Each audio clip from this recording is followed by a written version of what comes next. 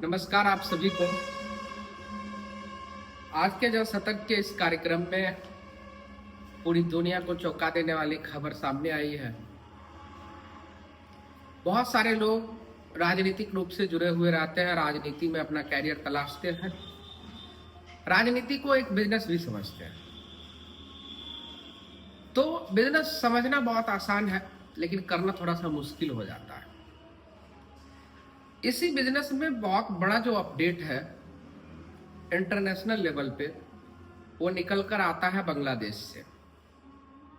आज से कुछ दिन पहले 2024 के जुलाई अगस्त की कहानी है। कई सालों से सत्ता के प्रति उदासीनता जनता के बीच, छात्रों के बीच, लोगों के बीच पड़ी हुई थी। उस उदासीनता में छात्र आंदोलन कर रहे थे। विभिन्न यूनिवर्सिटी में आंदोलन चल रहा था सरकार के विरुद्ध। अब पूछेंगे कि सरकार के विरुद्ध क्यों चल रहा था। एक ऐसा पैटर्न देखा जाता है कि सभी जितने भी सत्ता में बैठे लोग होते हैं, वो अपने बच्चे को ऐसो आराम से पढ़ाते लिखाते। यहाँ तक तो ठीक है, आप सत्ता का पैसा प्रयोग कर रहे हैं, अच्छे विद्यालय में पढ़ा रहे हैं, लिखा रहे हैं, अच्छा बना रहे हैं, बहुत अच्छी बात है। लेकिन इसका विभद्र रूप तब सामने आ जाता है जब आप बिना कंपटीशन का उनके बच्चे को आप अपने अंदर ले लेते हैं। सरकारी नौकरी में उनको प्रायोरिटी मिल जाती है, प्राथमिकता मिल जाती है, और वो कहीं ना कहीं आगे बढ़ने के लिए उनको आसान सा रास्ता मिल जाता है। समस्याएं इस तरह की कई निरंकुशता की आ रही थी सालों साल से। जुलाई अगस्त के आंदोलन में शेख हसीना वहां की प्रधानमंत्री थी, और शेख हसीना ने उस आंदोलन में छात्रों के ऊपर ह्यूमैनिटी से जुड़ी हुई खतरनाक काम किया। और ये काम क्या था? लाखों लोग रोड पे थे। आंदोलन में 1400 लोगों पर गोलियां चलाई गई और वो मार दिए गए। 25,000 के करीब घायल थे। हजारों लाखों लोगों को डिटेंशन कर लिया गया था, कैद में डाल दिया गया था। जनता और भी आप कहिए कि उग्र हो गई, और उग्र होते ही जो देश के संविधान है, संवैधानिक संस्था है, उन सभी को मानने से इनकार कर दी और उस पर चढ़ाई कर दी। चढ़ाई जब करना शुरू की तो जितने भी सैनिक हैं, सैनिक जनता से ज्यादा थोड़ी हो जाएगी, और सैनिक भी तो जनता है। लास्ट में यह सीन क्रिएट हो गया, आगजनी होने लगी और उनको भागना पड़ा देश छोड़कर। देश छोड़कर जब वो भाग गए, भागने के लिए फिर राजी कैसे हुए? तो सेना ने सबसे पहला प्रस्ताव रखा कि आप सबसे पहले इस्तीफा दे दीजिए, रेजिग्नेशन कर दीजिए, और मैं आपको एरोप्लेन दे देता हूं, आप चले जाइए। और ऐसा ही हुआ, उन्होंने इस्तीफा दिया, सेना ने उनको जाने दिया। यदि इस्तीफा नहीं देती तो सेना पीछे हट जाती, उनको जनता के द्वारा मार दिया जाता। पर ऐसा हुआ नहीं, वो वहां से निकलकर भारत में आ चुकी और भारत में शरण ली। भारत सरकार ने उनको प्रोटेक्शन दिया।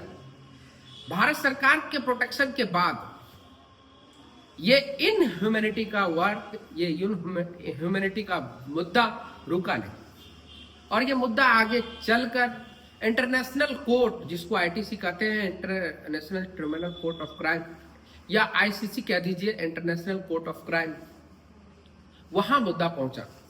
और ह्यूमन के अगेंस्ट किए हुए वर्क, जो आपने 1400 लोगों को बर्बरतापूर्ण हत्या करवा दी, उस पर जजों ने जो जजमेंट दिया वो सजाए मौत दिया।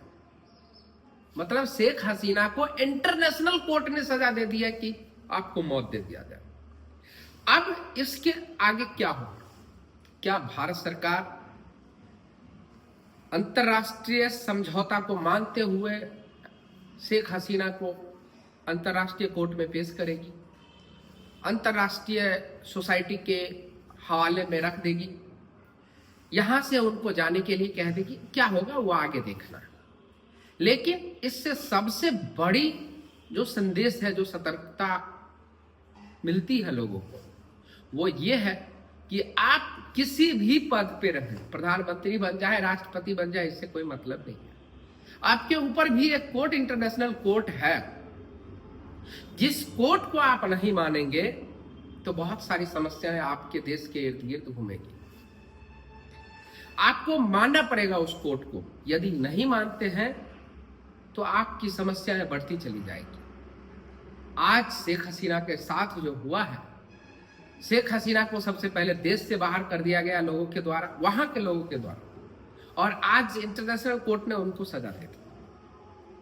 अब जो नेताएं करप्ट हैं, निरंकुश है, भारत में भी ऐसी आरोप लगते रहते हैं कि कुछ विशेष संगठन के लोगों को भर्तियां मिलती रहती है, यूनिवर्सिटी में भर्ती मिलता है, बड़े बड़े एडमिनिस्ट्रेटिव पद पे डायरेक्ट लेटरल एंट्री से चले जाते हैं। उनके लिए भी ये सीख है कि यदि किसी भी प्रकार से जनता उग्र हो गई, और जिस प्रकार का सीन वहां हुआ, भगवान न करे यहां हो,